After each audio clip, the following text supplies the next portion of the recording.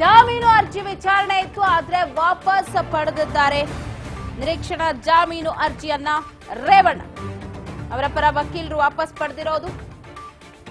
ನಿರೀಕ್ಷಣಾ ಜಾಮೀನು ಅರ್ಜಿಯನ್ನ ವಾಪಸ್ ಪಡೆದಿದ್ದಾರೆ ಎಚ್.ಡಿ. ರೇವಣ್ಣ. ಜನಪ್ರತಿನಿಧಿಗಳ ವಿಶೇಷ ನ್ಯಾಯಾಲಯಕ್ಕೆ ನಿರೀಕ್ಷಣಾ ಜಾಮೀನು ಅರ್ಜಿಯನ್ನ ಸಲ್ಲಿಸಿದ್ರು. ಲೈಂಗಿಕ ಕಿರುಕುಳ ಆರೋಪ ಎದುರಿಸುತ್ತಿರುವ ಮಾಜಿ ಸಚಿವ ಶಾಸಕ ಎಚ್.ಡಿ. ರೇವಣ್ಣ ಅವರು ನಿನ್ನೆ ಅರ್ಜಿಯನ್ನ ಹಾಕಿದ್ದು, ಇವತ್ತು ಆಲ್ರೆಡಿ ಅರ್ಜಿ ವಾಪಸ್ ತಗೊಂಡ್ರು. ಯಾಕೆ ತಗೊಂಡ್ರು ಗೊತ್ತಿಲ್ಲ. ಸಿಕ್ಕಿಲ್ಲ ಅಂದ್ರೆ ಹೈಕೋರ್ಟ್ಗೆ ಹೋಗ್ತೀನಿ ಅಂತಿದ್ರು. ರೇವಣ್ಣ ನಿರೀಕ್ಷಣಾ ಅರ್ಜಿ ಹಿಂದಕ್ಕೆ ತೆಗೆದುಕೊಂಡಿದ್ದಾರೆ.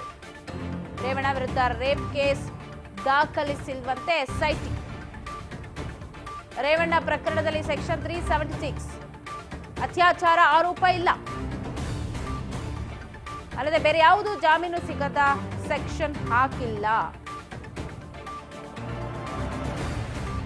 ಎಸ್ಐಟಿ ಹೇಳಿಕೆ ಹಿನ್ನೆಲೆ ಅರ್ಜಿ ವಾಪಸ್ ಪಡೆದಿದ್ದಾರೆ ರೇವಣ್ಣ.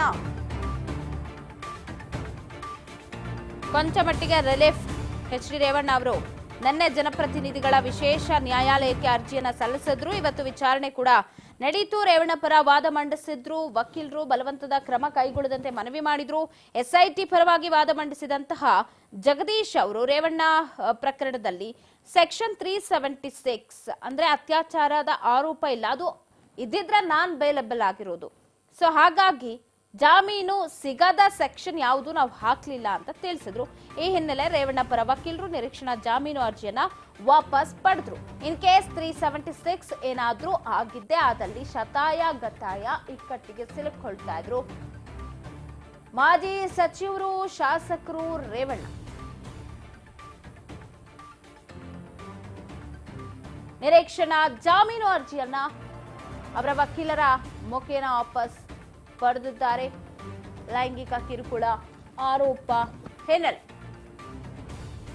376 ಅಲ್ಲದೆ ಬೇರೆ ಯಾವುದು ಕೂಡ ಈ ಜಾಮೀನು ಸಿಗದ ಅಂದ್ರೆ ನಾನ್ ಬೇಲೆಬಲ್ ಅಂತ ಏನ್ ಹೇಳ್ತೀವಿ, ಆ ತರದ ಪ್ರಕರಣಗಳು ಯಾವುದು ಕೂಡ ದಾಖಲಾಗಿಲ್ಲ ಅಂತ ತಿಳಿಸಿದ್ರು. ಸೊ ಆ ಹಿನ್ನೆಲೆ ವಾಪಸ್ ಪಡೆದ್ರು ಜಾಮೀನು ಅರ್ಜಿಯನ್ನು.